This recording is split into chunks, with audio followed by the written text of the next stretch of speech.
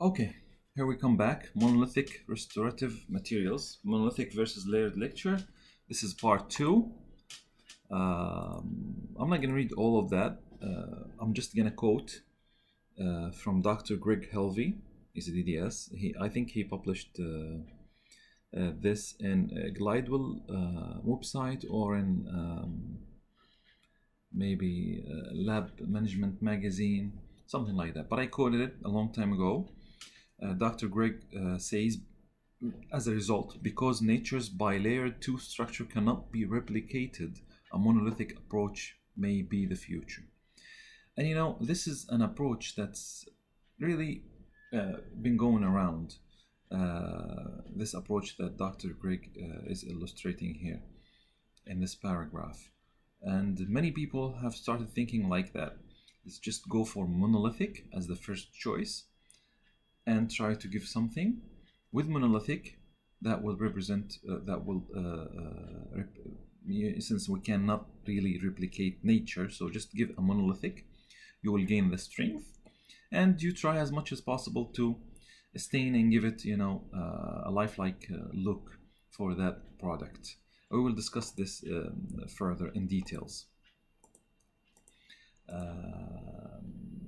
Can we characterize much with monolithic prostheses? Do you guys think that this is monolithic or this is layered? This was layered, all right, like totally layered, just a core of zirconia and then layered. But we will show cases of real nice monolithics that have zero layering. And then at a certain point of these videos, I will illustrate as well. I will illustrate my own technique, which I called mono-layered, like not monolithic and not layered, but mono-layered, like a combination of both in a certain way that I will discuss. It's my own technique, and I will show many examples of it, and I will give why did I come up with this. What's the good advantages of it. But before discussing any of that, we have to go into details with the ceramic classifications, with discussing monolithic and layered in details. All right, so just warming up pretty much here. This was the advertising for Processor, more brawn than beauty. All right, now let's keep a couple of things in mind. I'm going to show many tables and many numbers and statistics, and you will see that these numbers are not identical in different studies, and in different tables you will see the same material but with different fluctual strength, because it depends on the testing and everything. But let's keep in mind that the dentine, the natural dentine, is around 300 megapascal of strength, and the enamel is around, let's say, up to 384. For the easiness of remembering these numbers, say 300 for dentin and 400 for enamel megapascals of strength, fluctual strength. All right, so when we compare and start talking about numbers, you would see where do these numbers fall in comparison of enamel and dentin. All right, this is the Empress, the old Empress, 160 megapascal, lithium disilicate around 360 to 400, alumina, Inceram spinel, Inceram alumina, Procera, if you guys remember the older Procera, up to 600, lava, Processor, up to 1200, and we will see, like I said, many numbers from other studies that show different limits. We will take always, think of it as an average, just take the average of it. And where does it fall in the table, So feldspathics are always weaker as a megapascal strength, as a fluctual strength. It's weaker than lucite enforcement, which is Empress and these products, and they're both weaker than lithium disilicate, all right, which is weaker than glass-filled alumina and zirconia. We will discuss all of that in details. The other thing I want to point out, and we will discuss this in details too, but just for you to be warmed up, the stronger the prostheses are, the least light transmission levels that they have. So more translucent usually means weaker prosthesis when we talk about strength, all right? Flexural strength specifically. So you're saying more translucent, weaker. Less translucent, stronger, all right? That's what this pretty much says. In lucite reinforcement or glass ceramics and lithium disilicates, the bars are really up when you discuss light transmission or translucency. Once you go into zirconia, it starts dropping in, dropping down until we get to high strength zirconia, 3 yttrium stabilized tetragonal zirconia. You're talking about very low light transmission, very low translucency. All right. Now this is just to show what people thought. This is from a dental lab back in America that I quoted this from, just to show you that not much of strength. They assume that not much of strength is needed in the anterior area, 130 megapascal, 265 premolars canines, 585 and above for posteriors. It's just a suggestion. Now let's get into the core of it. Let's say that this is how my mind works. You give me a single unit. First question as a dental technician, I'll ask myself, is it a metal or a metal free? All right. If you say it's a metal, then we can go into details with metal. Is it full metal? In other words, monolithic, or is it PFM, porcelain fused to metal? You see, some of the metals, some of the alloys, you can use for both.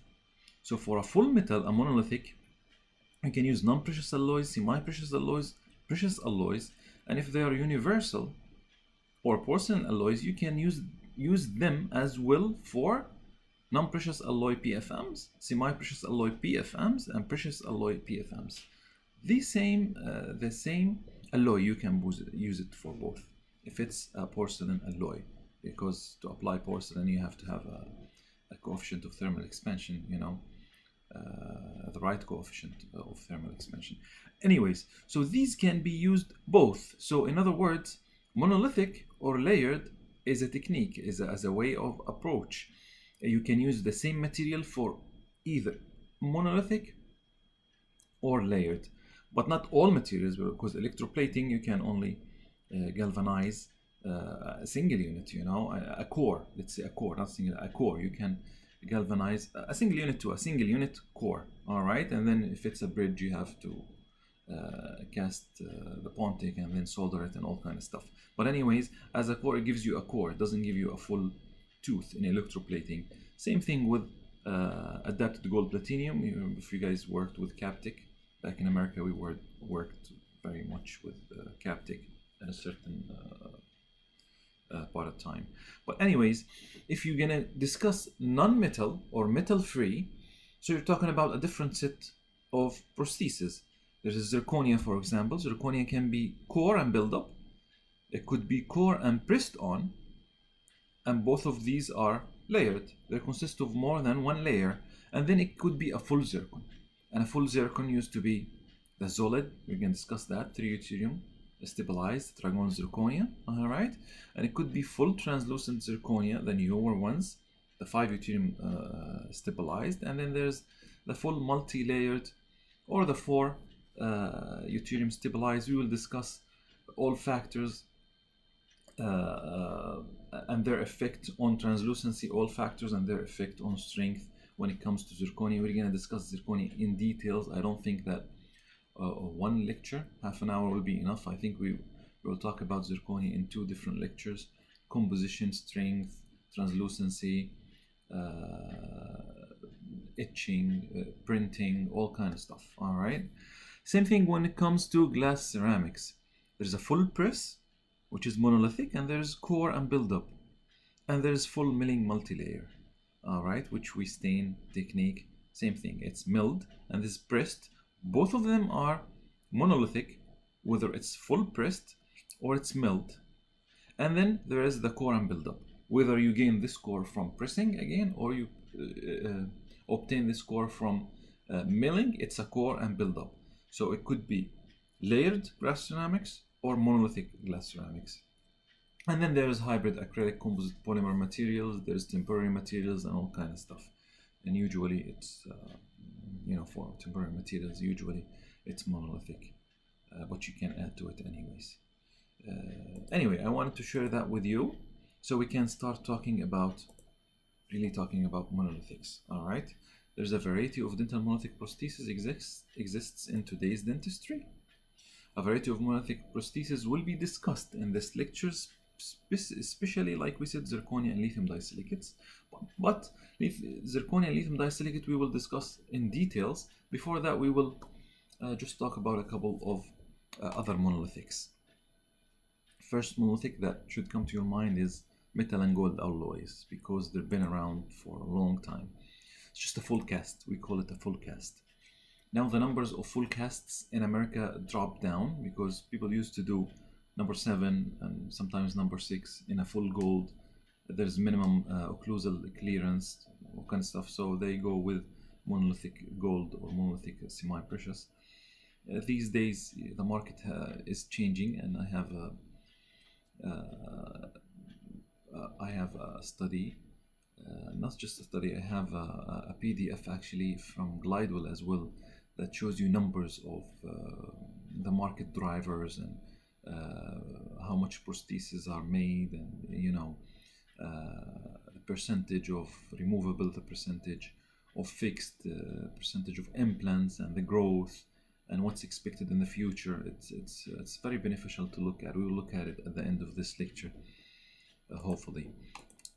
So like we said, there is monolithic alloys, but since we're talking about monolithic alloys and gold monolithics, we can take a look at this too.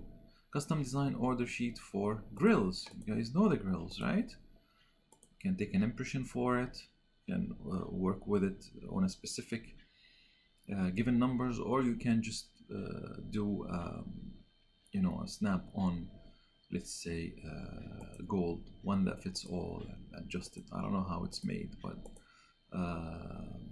it goes in the mouth. And let's just walk through how to become a great gold monolithic practitioner, just to look at it. First, you go to school, obviously, student, instructor, right? Then you do your training. That's a trainee right there. And you become a specialist. You see, it even says so, gold teeth specialist. I don't know if there's a license for it or not, but it's just, I found these photos and I think it's interesting. All right, you open your own practice. Your mama be like, I am so proud of you. All right, and then there's these called clip-on laterals. All right, you guys probably saw it on actors, actresses. You become your own boss. You advertise. You hit the market. Give discounts. Be the man. You target celebrities to grill or not to grill. There's Madonna, Beyonce, Rihanna, Miley Cyrus. Oh no. It becomes a trend. It really does.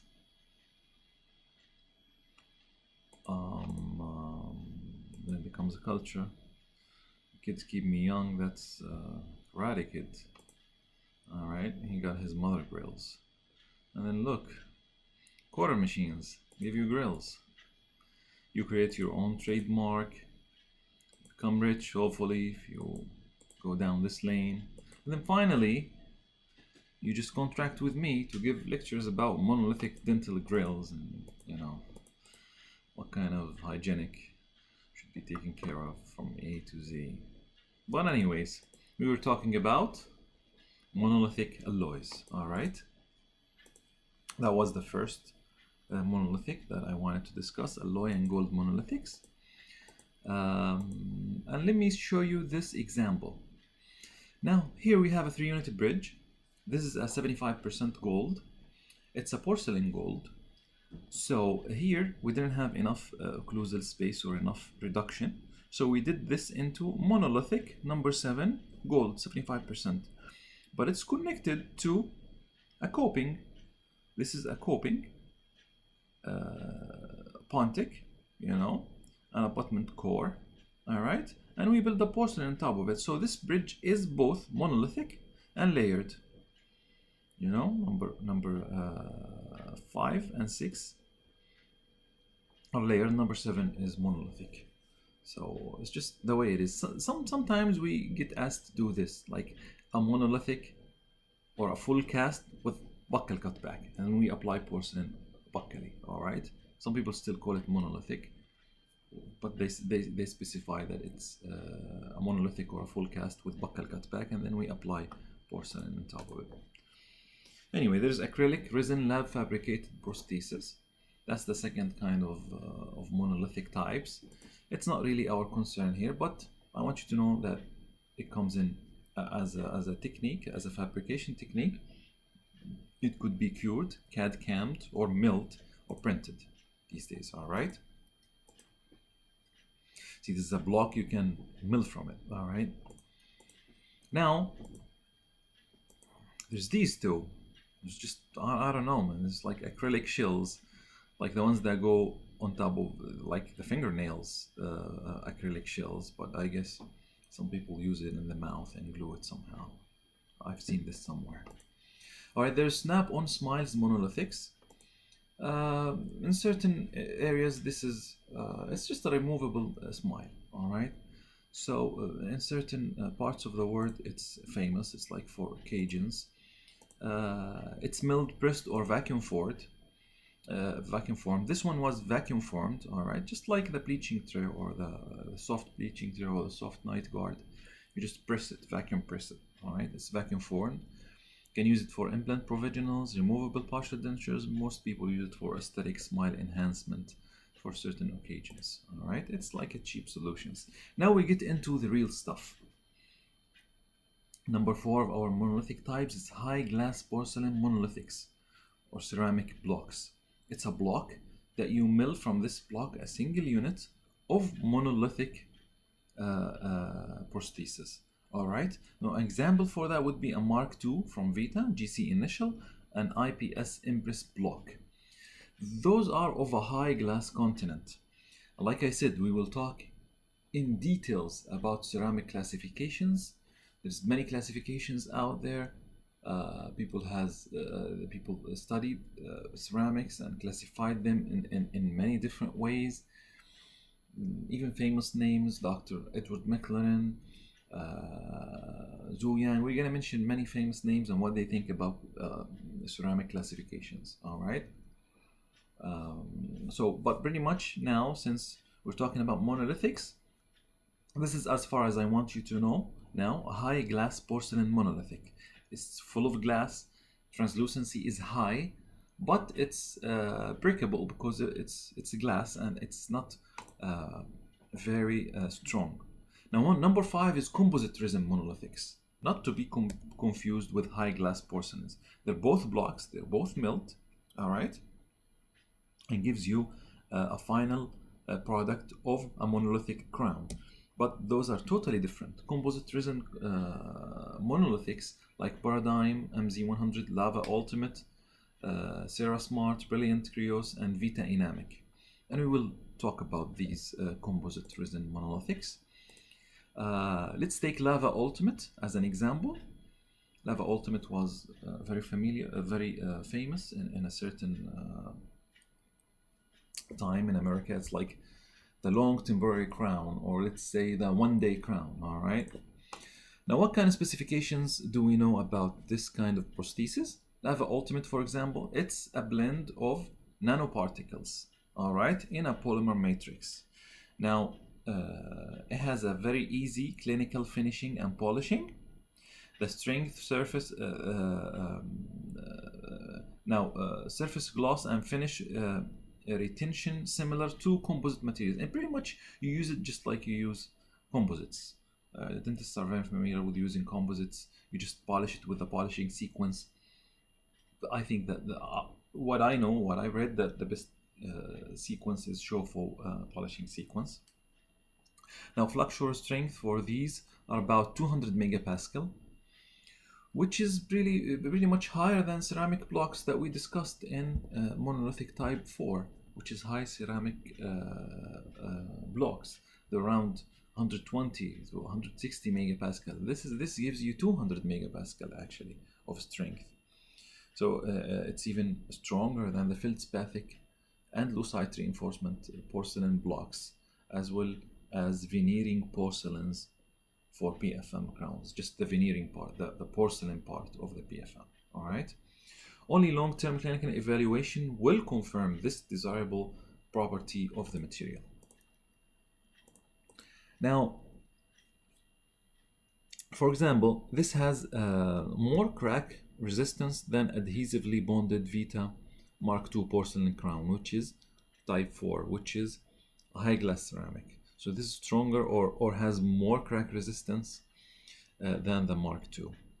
Now, no glass component that can be dissolved by the acid. That means there's no point of etching such a monolithic prosthesis. Even if it says in the continent that it has a little bit of a glass, or it has, but the cluster, the matrix itself is composite, so there's no point of not enough glass to be etched. Let's put it that way. So chemical etching doesn't apply to this, but you can mechanically etch it by aeropraging or sandblasting. All right. Now it absorbs more stress rather than immediately fractured because it's more of a composite. You think of it as a composite material, not as of a high glass material. Anyways, now can we add porcelain to it, to the composite resin monolithics? Nope, we can't add porcelain to it. It's composite. All right. How could we glaze it? You polish it. You don't glaze it in the furnace. Can you fabricate multiple unit bridges out of it? No, it's the indication of it is a single unit. All right. Let's take Vita Inamic for example. That's the Vita Inamic. It's around 160 of megapascal of strength. All right. See 150 to 160. That's the flexural strength. Of course, you can't and you should not place it in the furnace. It will melt. It's a composite. All right. Now we get into the real stuff, the lithium diesilicate monolithics and the zirconium monolithics. All right. Lithium diesilicates. It's a glass ceramic, the newer version of IPS Impress 1. Now it was developed into IPS Impress 2 by the addition of aluminosilicate glass that has lithium oxide added to it. In other words, there's many kinds of lithium disilicates. I put a list of what I know, what I worked with, but there's many and much more in the market. Mostly what people know is the Emax. And the term Emax is not very accurate because even Ivoclar Vivadent call other products Emax, and we will see in this lecture. So there is IPS Emax Zircad. Zircad means zirconia, so they call the zirconia block Emax as well. All right, and that created confusion, honestly, especially in this region of the world. Like Emax, you can mill Emax. Is an Emax lithium disilicate? No, they use the term Emax even for Zircad, which is the zirconia blocks that we mill, and it's a zirconium, zirconium block. So in other words, we're not going to use the word Emax, we're going to use the word lithium disilicates. All right, and then when it comes to Ivoclar Vivadent, we will call it Emax Press or Emax Mill. But once we say Emax Zircad, then we're talking about zirconia. That's a different issue. All right. So these are some of the products that I use here in the lab. Levinto Press, Emax Press or machined, GC Press, and there's GC machined, Vita machined, CAD-CAMmed, Creation pressed, Ceramco pressed, and then there's Haas Press and machined. Now Haas is the only company that, or the first company, I don't know if there's any other companies that came up with the same block, but Haas is the first full-size lithium disilicate block. It looks like this. That's the Haas block. So instead of milling a small single unit blocks, this block can give you only a single unit if you want to adhere to the standards, because I've seen people milling more than one unit. When it comes to veneers, they put the veneer in a certain angulation where they save the other half of the block and they mill another veneer from the same block. But it's it's tricky and it could break and stuff like that. But anyways, this single unit block has came up with this large size block, fits in the CAD/CAM machine, and you can mill multi-units. You can mill many units out of this block, just like the zirconium block. I don't know if there's any other company that came up with this large size disc, but or CAD/CAM size disc, but Haas did in 2014, I think. You know, when you talk about lithium disilicates, each company, like we said about Haas, you know, they give you, they have their unique product. This product, the breakthrough, the big CAD/CAM block. All right. Same thing with other companies. I use this company. It's from Switzerland, CM. CM has a Levinto press. Levinto press comes in LT, MT, HT. Like you know, they come in many. High translucent, medium translucent, low translucent. I usually use low translucent for a better masking, and then I can layer on top of it. But they have this. What is ET1? ET1 is enamel translucent 1. It assumes that if you only remove, say for example, 0.2 of the enamel, 0.3, you're still in the enamel layer. Why would you press a dentine color? Why would you press LTA1, for example, or even HTA1? Because you're given a color. You're giving a dentine color or a pigment, which is A1. But what you really removed or prepped from the tooth was only the enamel layer.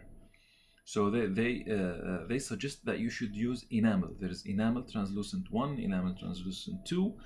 Everyone has its indications with which tabs of the shade guide does it go with, but it's a brilliant idea, because you're using whatever you reduced, whatever you prepped only. You prepped enamel, so you are substituting that with enamel press, or with enamel ingot, not with dentine ingot. All right. So every company has its own, you know, breakthrough, and some companies don't even adhere to the shade guide exactly. They have the shade guide exactly. They have, like for example, LTA range, and then there's MTB1 range, and I have ingots of B0, and I have ingots from CM B0 and A0. It's just because many people have this issue with BL4. They think that BL4 there's a gap. BL4, there's a gap between B1, for example, and BL4. BL4 is kind of dull. It is bleach, but it's not a good looking bleach. So people try to squeeze something in between B1 or A1 and BL4. So they managed to squeeze B0 and A0 as blocks in CM and other companies as well. So you have to know what to use and where, you know. Anyway, now we come to zirconia. This recording is half an hour already. I will stop here because zirconia is very long. I think we need more than one lecture to discuss zirconia, types of zirconia, forms of zirconia, specifications of zirconia, physical properties, translucency, sintering, and all kinds of related issues to zirconia. So zirconia is pretty long. I would start it in the third recording. Let's just seal the deal for this part of the lecture. Thank you for listening. I'll be with you in the third part. Thanks.